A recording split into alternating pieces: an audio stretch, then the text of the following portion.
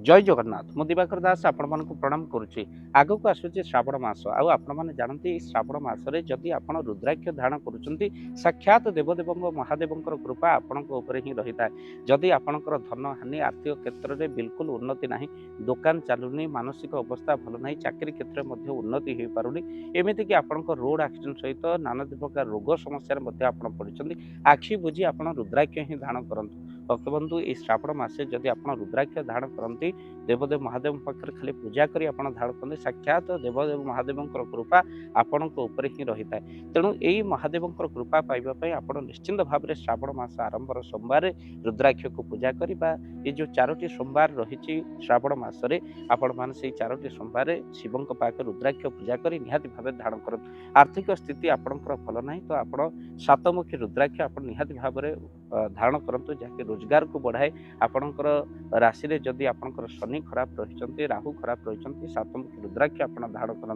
तत्सहित निजर राशि अनुसार जमी मेष राशि हूँ कुंभ राशि आप 7मुखी रुद्राक्ष आप धारण करूँ। जदि आपणकर राशि हूँ आपणकर मीन राशि 5मुखी रुद्राक्ष 12 राशि व्यक्ति विशेष माने निज राशि को जो रुद्राक्षटा सुट करे से रुद्राक्ष निहाती भाव में धारण कर। यह आपणकर देखिए गोटे मास धारण करने पर आपणकर निश्चिंत भाव में आग को उन्नति आसो आपण आसुवा पहाड़ भाया बोझ बा विपत्ति दूर हो देहरे थी आप जापर जन जन कहते अल्प के वर्तीगला शिवंकर साक्षात कृपा पाइबापी श्रावण में आप रुद्राक्ष धारण निहाती भाव में करूँ। किंतु ये रुद्राक्ष ऑरिजिनल होगा दरकार। जदि आप ऑरिजिनल रुद्राक्ष धारण करने चाहती आप जोगाजोग करूँ श्रावण मास पूर्व पोस्टाल रे आमर रुद्राक्ष आपण पाखे पहुँचो अति ऑरिजिनल रुद्राक्ष।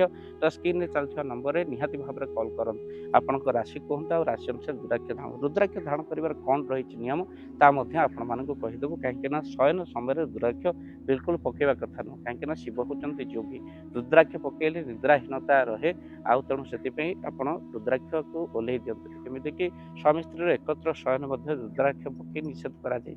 आमिष भक्षण करते रुद्राक्ष पकई अनेक लोक तो रुद्राक्ष धारण करती कि नियम रहती मद्यपान करती मांस भक्षण करती रुद्राक्षर नियम जो रही मानते जहाद्वारा से कौन फल पाते आ बेले बेले भावती रुद्राक्ष पकई किसी लाभ हो किंतु आप नियम सहकार रुद्राक्ष पकातु देखिए आश्चर्य। एमती कि भूत प्रेत निरोला राति आपण को जाऊँ भूत प्रेत आपण पाख माड़े आपण कहीं तंत्र मंत्र करें जदि आप ऑरिजिनल रुद्राक्ष 7मुखी रुद्राक्ष कि 5मुखी रुद्राक्ष कि आपण 4मुखी 6मुखी रुद्राक्ष धारण कर शत्रु आपणकर दूरे जी आसुवे आपण को खंडारे हाणा किंतु आपण देखिले नमस्कार करें ये हूँ रुद्राक्षर शक्ति कहीं साक्षात भोलानाथ कृपा आपण साक्षात भोलानाथ कृपा आपण रही है।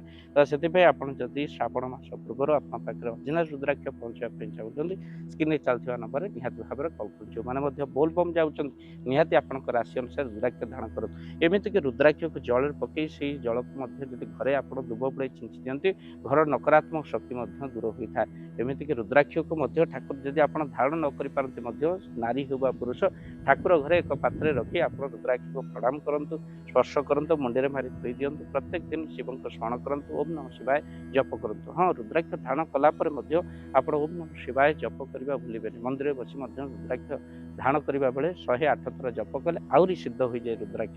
तेणु ये सब नियमता आपण कहूँ तेणु आपण मैंने रुद्राक्ष नापी चाहते स्क्रीन में चलता नंबर में निहाती भाव में कॉल करूँ आपण दिंतु आपंकर पोस्टाल एड्रेस आउ से पोस्टाल एड्रेस आम आपन को पहुँचेबू आपण राशि अनुसार रुद्राक्ष श्रावण मास पूर्व आपण पाखे रुद्राक्ष पहुँचे कहीं श्रावण मास भर जेकोसी दिन आप रुद्राक्ष धारण कर घर समृद्धि निजपाई आपण मैंने शक्ति संचय करेंगे। आखि बुझी रुद्राक्ष धारण करूँ आउ माँ लक्ष्मी सहित देवदेव महादेव कृपा आप तो आपड़ जदि इच्छुक अच्छा अति कम पैसा ओरिजिनल रुद्राक्ष नापी तो स्क्रीन में चलता नंबर में आप निहाती कॉल करूँ। वीडियो को शेयर निहाती भाव में करेंगे। श्रावण मास पूर्व रुद्राक्ष आपण पोस्टाल एड्रेस ये नंबर आप कॉल करूँ। जय जगन्नाथ।